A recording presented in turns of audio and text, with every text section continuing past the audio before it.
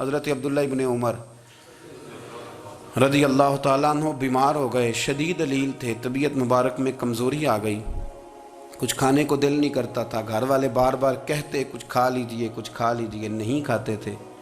بالآخر حضرت نافع آپ کے غلام تھے، ان سے کہنے لگے کہیں سے مچھلی مل جائے نا تھوڑی سی میں کھاؤں گا، تو کہتے ہیں میں سارے مدینے میں ڈھونڈتا رہا، مچھلی نہ ملی، اگلے دن بھی ڈھونڈی تو نہ ملی، تیسرے دن بھی ڈھونڈی تو نہ ملی، تو فرمانے لگے یار بس چھوٹی سی خواہش ہے، کوئی فرض نہیں ملتی تو رہنے دے۔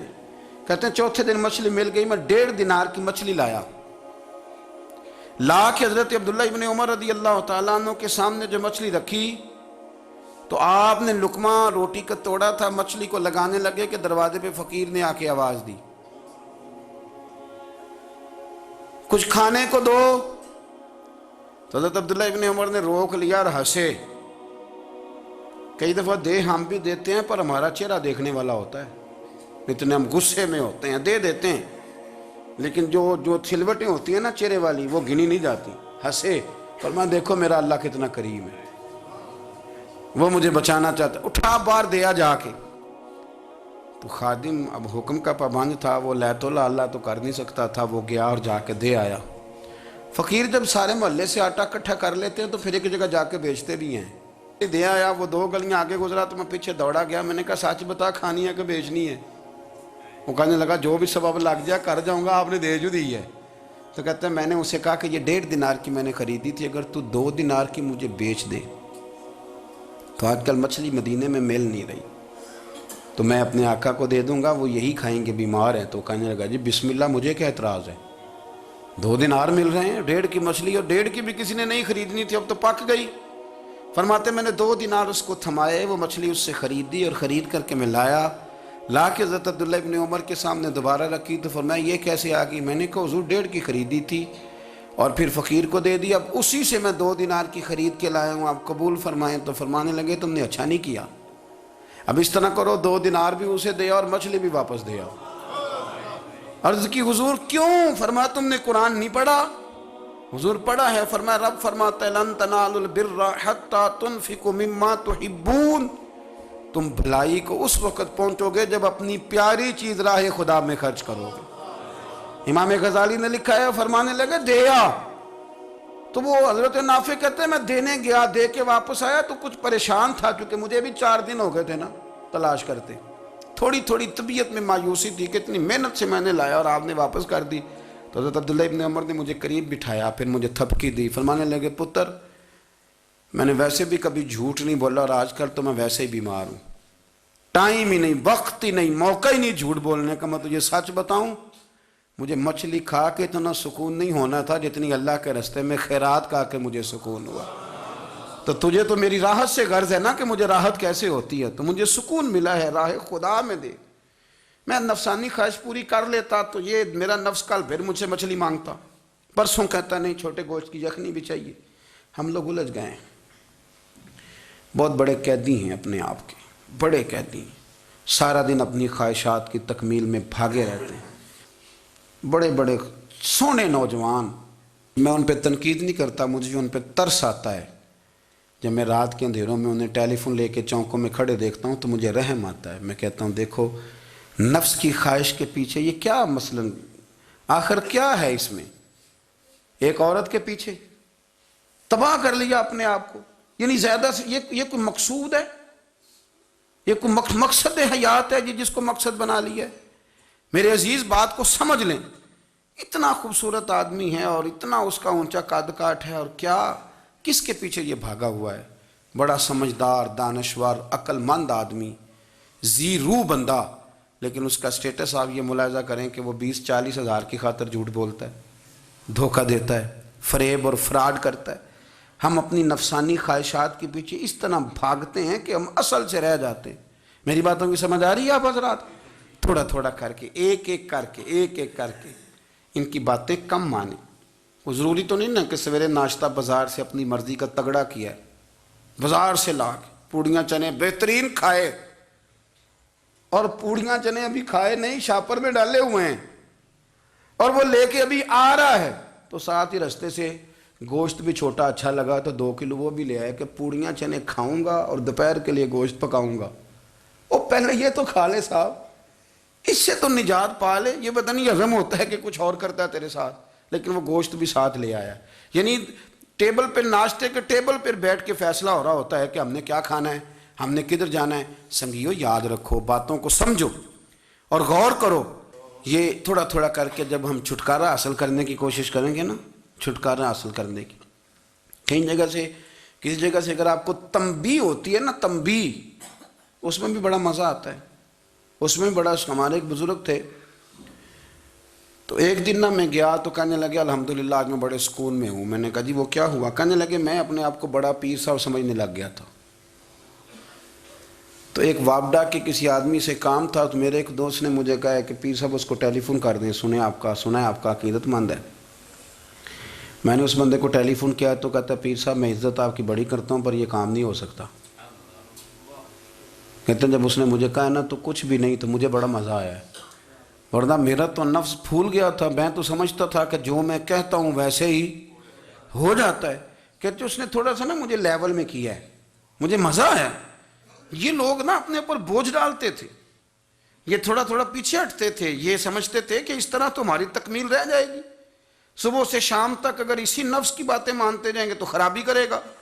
دولت کا نشہ ہے بھائی، دولت کٹھی کرنے والا کسی جگہ سیر نہیں ہوتا، حسن کا نشہ ہے، حسن کا نشہ ہے۔ حضرت ابو بکر شبلی رحمۃ اللہ علیہ فرمایا کرتے تھے جو تیری بیٹی کو خوبصورت سمجھ کے اس کے ساتھ نکاح کرنا چاہے اسے بیٹی نہ دینا۔ حضرت جی کیوں؟ فرمایا حسن تو تھوڑے دن کے بعد ختم ہو جائے گا، پھر وہ اس کی قدر نہیں کرے گا، وہ تو کہیں اور منہ مارتا پھرے گا۔ حضرت ابو بکر شبلی رحمۃ اللہ تعالیٰ علیہ کی بیٹی خوبصورت تھی، ایک نوجوان کہنے لگا میرا نکاح کر دیں۔ آپ فرمانے لگے پتر تو 1 مہینے کے بعد آنا، کر دوں گا۔ بڑی موٹی تازی خوبصورت صاحبزادی، تو حضرت نے اسے دوائی کھلائی، اسے پخانے لگ گئے۔ جو پخانہ کرتی ایک مٹکے میں سنبھال دیتے۔ تھوڑا وقت گزرا تو وہ ہڈیوں کا پنجر بن گئی، مہینے بھر میں دست اتنے آئے کہ کمزور ہو گئی۔ تو ابو بکر شبلی 1 مہینے کے بعد نوجوان کو بلایا، فرمایا ادھر آ تیرا نکاح کروں۔ بچی دکھائی تو وہ کمزور بستر پہ پڑی، فرمایا شادی کر۔ کہنے لگا اس سے نہیں میں نے کرنی۔ فرمایا یہ وہی ہے؟ کہنے لگا جی نہیں۔ فرمایا تو کہتا تھا مجھے عشق ہے، کدھر گیا تیرا عشق؟ کہنے لگا حضرت صاحب آپ کیسی بات کر رہے ہیں؟ فرمایا ادھر آ۔ پھر وہ مٹکا جس میں گند رکھا تھا وہاں لے گئے، فرمانے لگے تیرا اس کے ساتھ عشق تھا، یہ ہے تیرا عشق۔ فرمایا اسے تو میں 4 دن روٹی کھلاؤں گا پھر تندرست ہو جائے گی، لیکن میں دیکھنا چاہتا تھا کہ تو میری بیٹی سے پیار کرتا ہے یا اس کے چہرے پہ آنے والی کچھ وقت کے لیے سرخی سے پیار کرتا ہے، اس لالی سے پیار کرتا ہے جو جوانی کے وقت بچوں اور بچیوں پہ آتی ہے۔ کس چیز کے دل دادا؟ یعنی کیا مطلب؟ نفس کی غلامی، سراسر غلامی، اور پلٹ پلٹ کے اور بڑے بڑے سیانے بندے چھوٹی سی خواہش کے لیے، بڑا سمجھدار آدمی، بڑا سیانا بندہ۔ میں ایک بڑے بزرگ عالم تھے، میں ایک دفعہ ملنے گیا تو پائے پکا رہے تھے، خود پائے پکا رہے تھے، تو وہ بڑے پیار کی بات ہوتی ہے نا جی، تو تامت باندھی ہوئی اور بڑی جناب خستہ حالی، اور وہ پائے پکا رہے ہیں۔ تو میں نے ان سے کہا، میں نے کہا حضرت جی پائے تو کسی اور نے بھی پکا لینے تھے، آپ بخاری لے کے بیٹھتے، چلو میری طرح کا کوئی بندہ آپ سے استفادہ بھی کر لیتا۔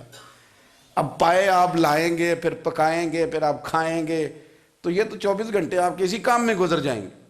تو یہ ایک چھوٹی سی خواہش کے لیے، میں کسی چیز کو حرام نہیں کہہ رہا، قرآن پاک کی جو آیت پڑھی ہے صرف اس کی تفسیر آپ کے سامنے عرض کر رہا ہوں۔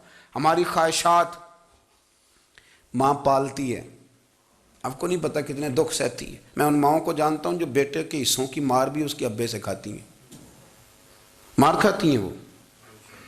ایک خاتون ایک کان سے سنتا نہیں، میرے پاس ایک دفعہ آئی، کہنے لگی 60 لگ گئی سی، کوئی دعا کر دیں یا کوئی وظیفہ پر، ڈاکٹر کہتے ہیں ٹھیک نہیں ہو سکتے۔ میں نے کہا باجی صحیح بتاؤ مسئلہ کیا ہے؟ کہنے نہیں کچھ بھی نہیں، مسئلہ کیا ہونا ہے، پتر غلط نکل آیا ہے، اس کا باپ روز مارتا ہے، آج میں آگے گئی ہوں تو اس نے ایک تھپڑ میرے کان پہ مار دیے، تو پردہ پھٹ گیا۔ مائیں مار کھاتی ہیں، لیکن وہ پتر جس کو بڑی محنت سے پالا ہے وہ جوان ہوتا ہے تو اماں سے کہتا ہے تجھے چھوڑ دینا ہے، پر جس لڑکی سے میرا ٹیلی فون پہ رابطہ ہے اسے نہیں میں نے چھوڑنا، وہ نہیں چھوڑ سکتی، ہر شے کچل جاتا ہے وہ۔ اماں کبھی لیٹ کے رات کو سوچتی ہے کہ یہ تو میری کل کمائی تھی، میں تو آج بھی اس کے حصے کے تھپڑ اپنی گالوں پہ برداشت کر رہی ہوں، تو یہ کدھر گیا؟ اردشیر نام کا بادشاہ تھا، حضرت محدث ابن الجوزی آج سے کچھ 700 سال پہلے لکھتے ہیں۔ اردشیر بادشاہ بڑا خوبصورت تھا، جوان تھا، بڑا عقل مند تھا۔ اس نے اس طرح کی قریب قریب کی ساری ریاستوں پہ قبضہ کر لیا۔ بڑا عقل مند زیرک تھا، قبضہ ہو گیا۔ ایک بادشاہ بڑا سخت تھا، اس کے ساتھ جب پنجہ آزمائی ہوئی تو اردشیر کہتا ہے اس پہ میرا قبضہ نہیں ہو رہا تھا، اور جب ہم نے ساری ریاستوں نے مل کے اس پر حملہ کیا تو ایک قلعے کے اندر قلعہ بند ہو گیا۔ اردشیر بڑا خوبصورت آدمی تھا، بڑا سمجھدار تھا، تو وہ بادشاہ قلعہ بند ہو گیا، اس نے کہا نکلنا ہی نہیں۔ اب وہ اندر بند ہے، یک بارگی حملہ کیا تو وہ بڑا بڑا قلعہ تھا اس میں بند ہو گیا۔ اس بادشاہ کی نا جس پر حملہ کیا، اس کی بیٹی اچانک ایک دن قلعے کی دیوار پہ چڑھی تو اردشیر کے حسن و جمال کو دیکھا تو عاشق ہو گئی، اور اپنے ہی باپ کے خلاف اسے کہنے لگی کہ اگر تو میرے ساتھ شادی کا وعدہ کرے نا تو میں تجھے رستہ بتاتی ہوں حملہ کرنے کا۔ اس نے کہا میرا وعدہ رہا، تو رستہ بتا۔ اس نے رستہ بتایا اس لڑکی نے، اور بادشاہ نے حملہ کیا تو اس کا باپ قتل کیا، اس علاقے پہ قبضہ کیا شادی کے وعدے پر۔ ہاں ہاں، نفسانی خواہش بندے کو اندھا کر دیتی، نہیں سمجھ آتی اس کو میں کدھر جانا ہے، اندھا کر دیتی۔ حملہ کیا، اور جب اس لڑکی کو لے کے آیا نا اپنے محل میں، تو پہلے دن شادی کی پہلی رات تھی، تو بستر بچھایا کنیز نے، تو وہ کبھی کروٹ ادھر بدلتی کبھی ادھر بدلتی، تو بادشاہ کہنے لگا کیا ہے؟ کہنے لگی بستر میں کچھ ہے، مجھے تکلیف دے رہی۔ اس نے چراغ جلائے اور جب بستر اٹھایا تو ایک اتنا سا دھاگا نکلا۔ دھاگے سے عموماً تکلیف نہیں ہوتی، تو اس نے کہا تو اتنی نرم و نازک ہے کہ دھاگا؟ کہنے لگی میرا باپ نا میرے ساتھ اتنا پیار کرتا تھا کہ روز میرا بستر بھی خود بچھاتا تھا، اور اس نے آلہ رکھا ہوا تھا، وہ ناپتا تھا کہ کوئی پایا اونچا نیچا تو نہیں، میری بیٹی کا بیلنس سوتے وقت خراب نہ ہو جائے، اور میرے لیے گوشت اور کپڑے بھی خود پسند کر کے لاتا تھا، کھانے پینے کا خود خیال کرتا تھا۔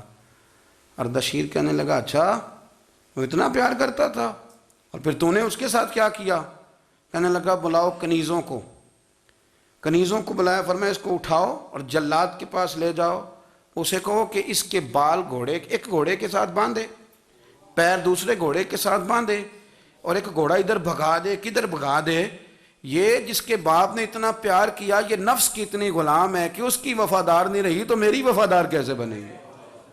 جس نے اتنے نازوں سے پالا کہ دھاگا اسے برداشت نہیں۔ او یارو، یاد رکھو، اگر نفس کی غلامی کرو اور بڑے بڑے وفاداروں کو چھوڑ کے غلامی کرو تو پھر کہو وفادار مل جائیں، کوئی بول وا لڑا نہ بول بیٹھی ہوندے خصم ناراض بڑ بولیاں دے، کان سر کھائے تے بلبل ٹھنڈ پائے۔ بڑے فرق نہیں سجنا بولیاں دے، جڑیاں خصماں دی وچ رضا وسن، پاگ جاگ جاندے انہاں گولیاں دے۔ آپ ادلیاں نو سردار پین تکے تے شرما والیاں نو چوٹے ڈولیاں دے۔ اپنے نفس کے پیچھے چلو گے تو یہ تباہی ہے۔ جب ہم نے کسی سے وفا نہیں کی تو یہ کیا امید ہوئی کہ دنیا ہم سے وفا کرے گی؟ اللہ رسول کی مرضی کے مطابق اصول پسند زندگی بنائیں، ایک ایک کر کے اپنی خواہشات سے پیچھے ہٹیں، تھوڑے پہ گزارا کرنا سیکھیں، اپنے نفس کو سمجھائیں۔ ضروری نہیں کہ روٹی ہر وقت مزے کے لیے کھائی جائے، کبھی کمر سیدھی کرنے کے لیے خشک روٹی بھی کھا کے دیکھو، کبھی سادہ کھانا اس پہ بھی اکتفا کرو، کبھی تھوڑا کھر کے اچھے طریقے سے سادے کمرے میں بھی اللہ کو یاد کر کے دیکھو۔ نفس کے پیچھے نہ بھاگیے گا، تباہی کرے گا۔ رب کریم سمجھنے کی توفیق رفیق عطا کرے۔